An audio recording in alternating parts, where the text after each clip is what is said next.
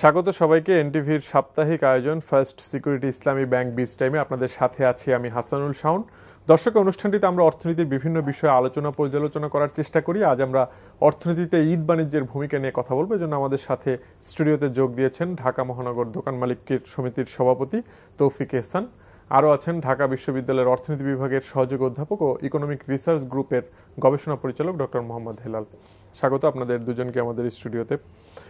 তো ডক্টর মোহাম্মদ হেলাল, আপনার কাছে আসি শুরুতেই, যে আসলে ঈদকে সামনে রেখে তো অর্থনীতিতে একটা বড় ধরনের অর্থের প্রবাহ বাড়ে, বেতন বোনাস হয় সব ধরনের প্রতিষ্ঠানের, শ্রমিক থেকে কর্মকর্তা পর্যন্ত সবার।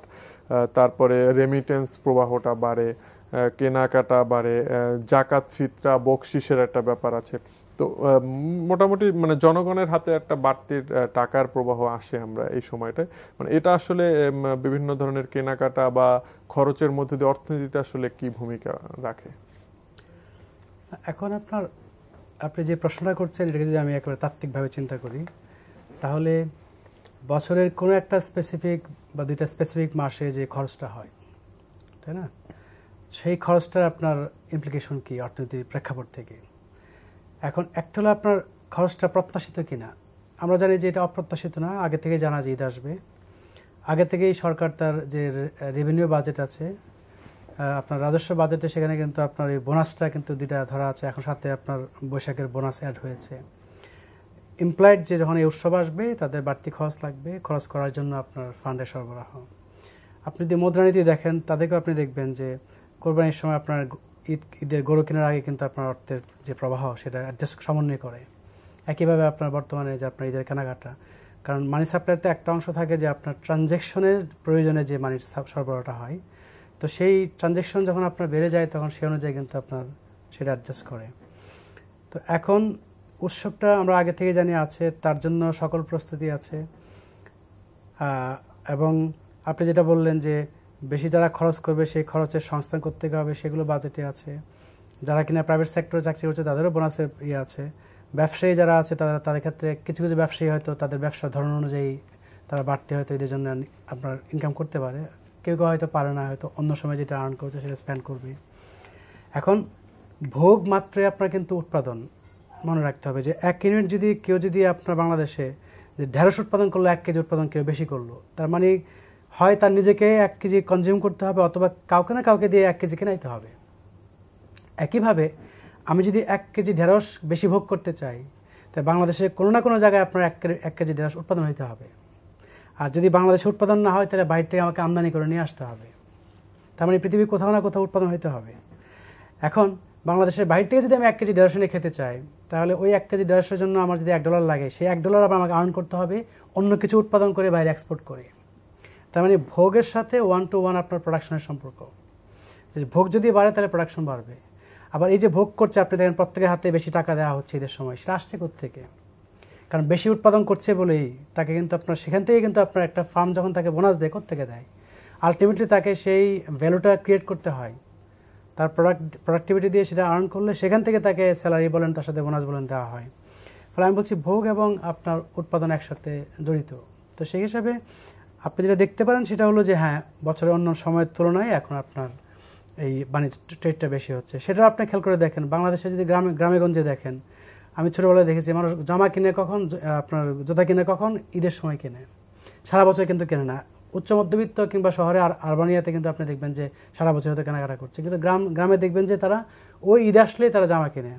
ঈদকে সামনে রেখে তাহলে উৎপাদনটাও বাড়তি হয় অনেক পণ্যের। আপনি দেখবেন যে আপনার এই যে গার্মেন্টসের যে আপনার লোকাল গার্মেন্টস যেটা, সেগুলোর প্রোডাকশন কিন্তু আপনি দেখবেন যে বাম্প হয় কখন, এই ঈদের সময় হয়। তারা কিন্তু সারা বছর ধরে সেট আপ রাখে, কিন্তু ঈদের সময় তারা মূল ব্যবসাটা করে। কারণ সেখানে প্রশ্ন আসতে পারে যে সে হঠাৎ করে যে অনেক ডিমান্ড হয়, তার জন্য যদি সাপ্লাই যদি আনুপাতিক হারে না হয়, তাহলে দাম বেড়ে যেতে পারে, এবং তাই বাড়ছে। খানিকটা দাম দেখছি যে দাম খানিকটা তো উৎপাদন বাড়ে, খানিকটা কিন্তু কস্ট বাড়ে, কারণ কস্ট বাড়ার কারণ আছে। এই ঈদের সময় এই প্রসঙ্গটা আমরা একটু পরে আসছি। তৌফিক ইহসান, আপনার কাছে আসবো যে মানে কেনাকাটার ব্যস্ততা সারা দেশে মানে রমজানের শুরু থেকেই মোটামুটি শুরু হয়েছে আমরা দেখছি। তো সেক্ষেত্রে মানে প্রতি বছরই এই চিত্রটা স্বাভাবিক আসলে আমাদের দেশে উৎসব কেন্দ্রিক একটা মানে বাণিজ্যের। তো মানে কেমন বাণিজ্য আসলে ওভারঅল দেশে হয় এই সময়টায়, বা এখন এবছরটা কি দেখছেন? 1,80,000 কোটি টাকার একটা বেচা কেনা সারা দেশে ঢাকা সহ কম বেশি হয়ে থাকে। এখানে 700 কোটি টাকা পরিবহন খাতে যাচ্ছে, 5,500 কোটি টাকা শুধু যাচ্ছে ইফতার ও আপ্যায়নের বাবদে। তারপর আপনার 67,000 কোটি টাকা যাচ্ছে জাকাত ও ফেতরা বাবদ, 36,000 কোটি টাকা যাচ্ছে আপনার আনুমানিক জামা কাপড় বাবদ। তো এই যে একটা খরচার তালিকা রয়েছে, এবং এভিডেন্স মানি বিদেশ থেকে প্রবাসীরা যে পরিমাণের টাকাটা নর্মালি অন্য মাসে বাংলাদেশে আসে তার তুলনায় কিন্তু কয়েক গুণ বেশি কিন্তু ঈদকে সামনে রেখে দেশে সে টাকাগুলো আসে।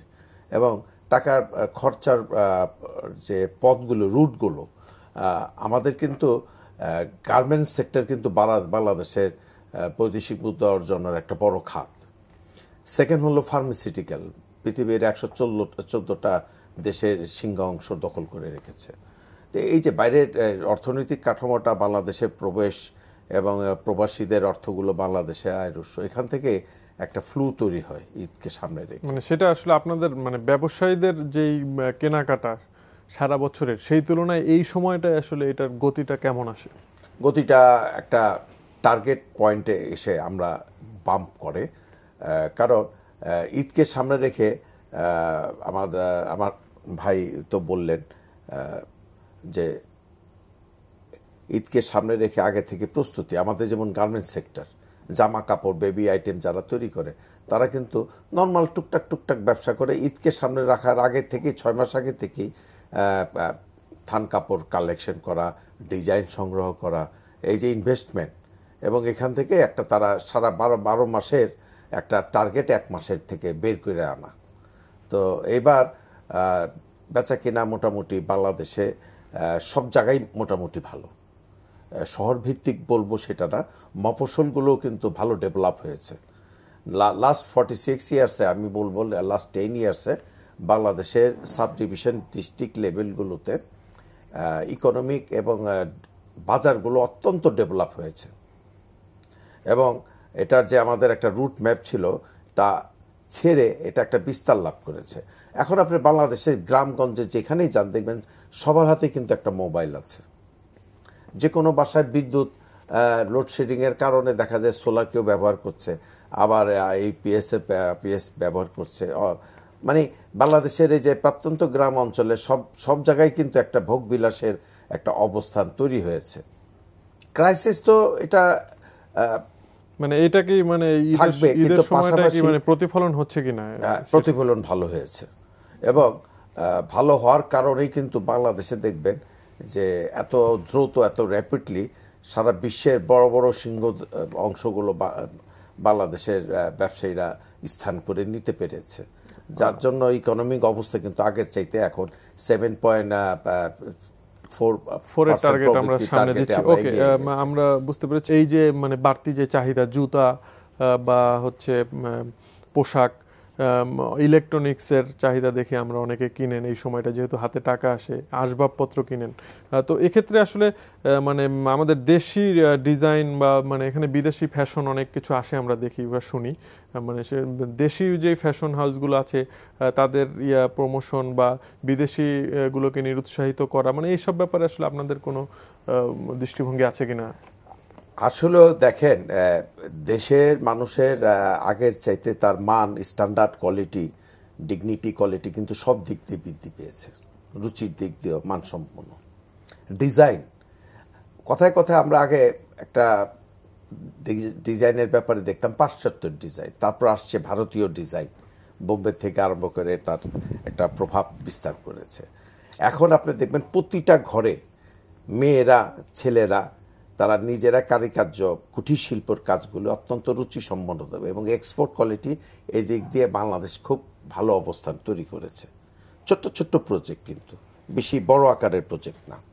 এবং আমাদের দেশে যে সমস্ত গুণগত মানের কাপড়, গার্মেন্টস সেক্টর তো আমরা ভালো অবস্থান করেছি, পাশাপাশি ছোট বেবি গার্মেন্টস ফ্যাক্টরি যেগুলো রয়েছে, ডিজাইন তো কিছু লোকাল ডিজাইন থাকবেই এবং পাশাপাশি বাইরের সাথে সংযুক্ত রেখে কিছু ডিজাইন তৈরি হয় এখানে। এবং কাপড়ের গুণগত মূল্য, আমি বলবো বাইরের কোনো জিনিসের দাম যদি 1200-1300 হয়ে থাকে, তবে বাংলাদেশের যে গার্মেন্টসের তৈরি যে জিনিসটা মেড ইন চায়নার কাপড় কিন্তু, এবং সুতাগুলো বাইরের থেকে আসছে, দেশের ফ্যাক্টরিগুলোতে সে কাপড়গুলো তৈরি করছে, সেক্ষেত্রে তার দাম আমাদের এখানে 40% to 60% হচ্ছে। আমরা কিন্তু 60% মানে বিদেশি কাপড় থেকে সেভ করতে পারছি ভারতীয় কাপড় থেকে। যার জন্য বললি যে মানুষ কিন্তু এখন দেশীয় পণ্যের দিকে খুব আকর্ষণ বেড়েছে। আচ্ছা, এই জিনিসটি জানতে চাচ্ছিলাম। ডক্টর হেলাল, আপনার কাছে আসি যে মানে এই যে মানে দেশীয় শিল্পের যে প্রসার, আপনি বলছিলেন যে ভোগ বাড়লেই হচ্ছে উৎপাদন বাড়ার একটি মানে ইকুয়েশন চলে আসে আসলে অর্থনীতির। তো এই যে দেশীয় শিল্পের প্রসার আসলে এই সময়টা বা এই বাণিজ্যটাকে সামনে রেখে কতখানি হয়? তার আগে আমি জাস্ট যে ফিগারটা দিলেন 1,80,000 কোটি টাকা, এটা আমি এটা ডিপেন্ড করে কিভাবে দেখে।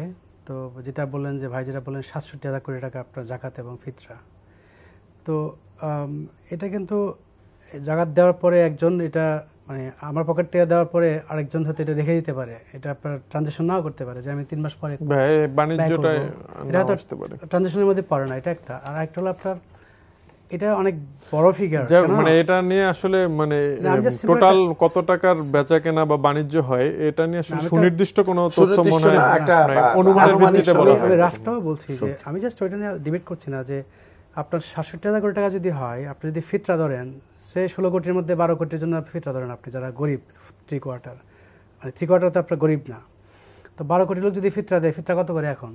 10 টাকা করে দিলে আপনার হলো মানে কত, আপনার 120 কোটি। আর যদি 100 টাকা করে দেয় 1200 কোটি, তো ওইটা বেশি না। আর যদি আপনি জাকাত বলেন, মানে এমনি আপনার ধারণা কি, মানে কি রকম? আমার ধারণা বলতে যে আপনার যদি জাকাত আপনি চিন্তা করেন, যদি না ওই প্রসঙ্গটা আমরা না যাই, এমনি টোটাল কি বাণিজ্য কোথায়, যে যদি আপনার 4 কোটি লোক যদি আপনার জাকাত নেয়, যারা গরিব, প্রত্যেকে যদি আপনার 15,000 টাকা করে মাথা পিছু জাকাত নেয়, তাহলে আপনার এই ফিগার আসবে। তাই বলছি এগুলো আসলে অনুমান করা আর কি।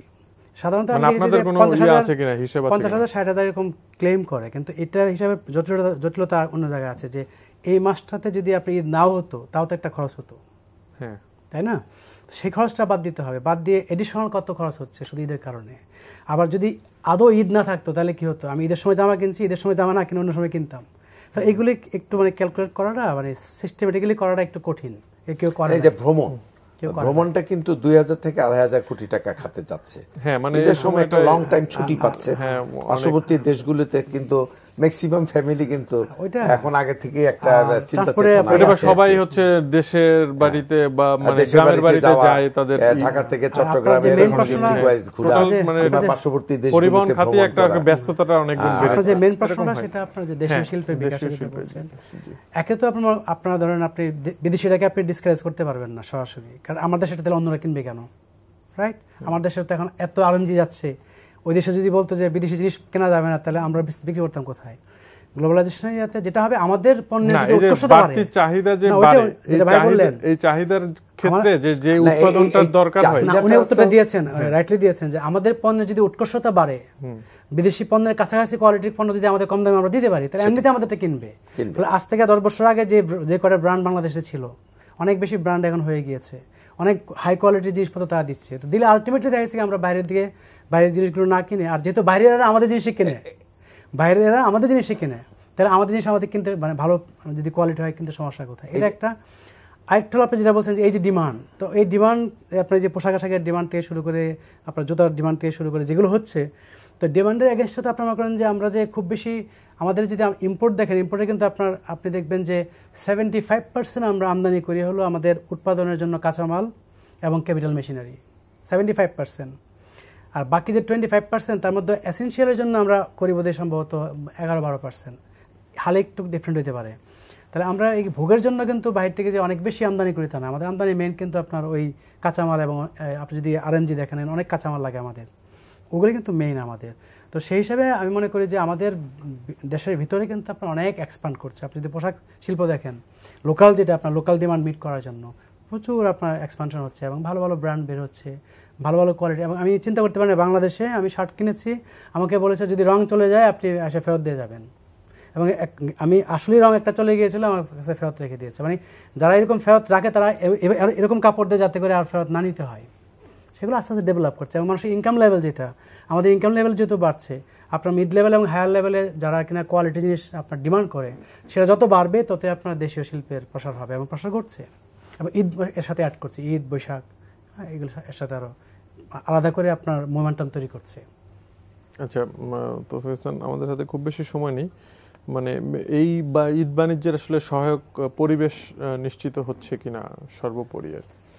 ঢাকা মহানগরের প্রতিটি বাণিজ্য বিতানগুলো যেগুলো রয়েছে পর্যাপ্ত পরিমাণে সিসি ক্যামেরা রয়েছে, এবং সিকিউরিটি গার্ড পূর্বের চাইতে এখন আরো অত্যাধুনিক বড় বড় প্রতিষ্ঠান রয়েছে যারা সিকিউরিটি গার্ড সরবরাহ করে থাকে। এবং পাশাপাশি দেখবেন যেসব জোনগুলোতে অনেকগুলো মার্কেট, সেখানে কমিউনিটি পুলিশিং এর ব্যবস্থা নেওয়া হয়েছে। আচ্ছা, আর এই মার্কেট খোলা রাখার যে সময়সীমা এটা আগে বেঁধে দেওয়া হতো, যেহেতু লোডশেডিং এর ব্যাপার থাকতো।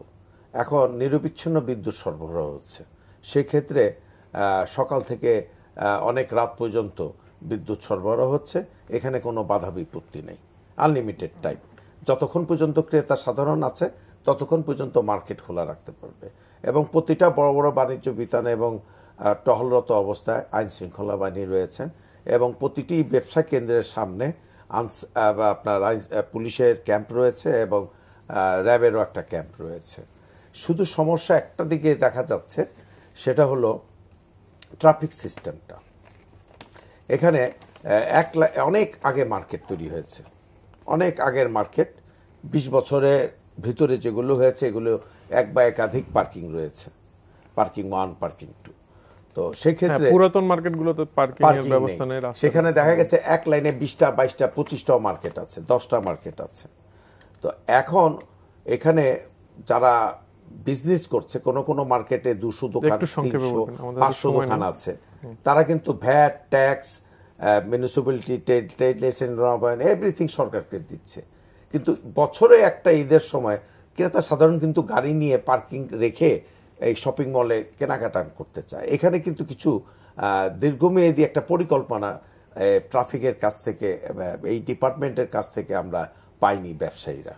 এটা নিয়ে আমরা চাচ্ছি যে আগামীতে যাতে এই ধরনের জটিলতা সৃষ্টি না হয়, এবং প্রতিটা ব্যবসায়ীর জন্য অন্তত পক্ষে একটা সিস্টেম করে দেওয়া হয় যে বাম্পার টু বাম্পার একটা পার্কিং রাখার জন্য। কিন্তু এবার খুব বড় ধরনের কিছু কিছু জায়গায় বিপর্যয় ঘটছে। আচ্ছা, আমরা বুঝতে পেরেছি। আমাদের হাতে আসলে আর সময় নেই। আপনাদের দুজনকেই ধন্যবাদ আমাদের সাথে স্টুডিওতে এসে। একটা সেকেন্ড আমি শুধু বলি, এই যে আপনার এই স্কুল বন্ধ করে আমি ট্রাফিক যে লেভেলে রেখেছি, স্কুল বন্ধ করে, সেটা কিন্তু আলটিমেটলি আমাদের সমস্যার সমাধান হয় নাই। না, রাস্তায় আসলে যানজট আছে আমরা দেখছি, এবং ক্রেতা সাধারণ খুব সুন্দরভাবে। আর সবচেয়ে বড় ব্যাপার হয়েছে এবার ফুটপাত মুক্ত, এবং ফ্যামিলি ছেলে মেয়েরা অত্যন্ত নির্দ্বিধায় ফুটপাত দিয়ে হেঁটে মার্কেটগুলিতে গিয়ে কেনাকাটা করার জন্য। ধন্যবাদ আপনাদের দুজনকে আমাদের সাথে স্টুডিওতে এসে সময় দেওয়ার জন্য। দর্শক, আজ এখানেই শেষ করছি। আমাদের এই অনুষ্ঠানটি পুনরায় দেখতে ভিজিট করুন এনটিভির অনলাইন www.ntvbd.com এই ঠিকানায়। সবাই ভালো থাকবেন, সুস্থ থাকবেন। ধন্যবাদ সবাইকে।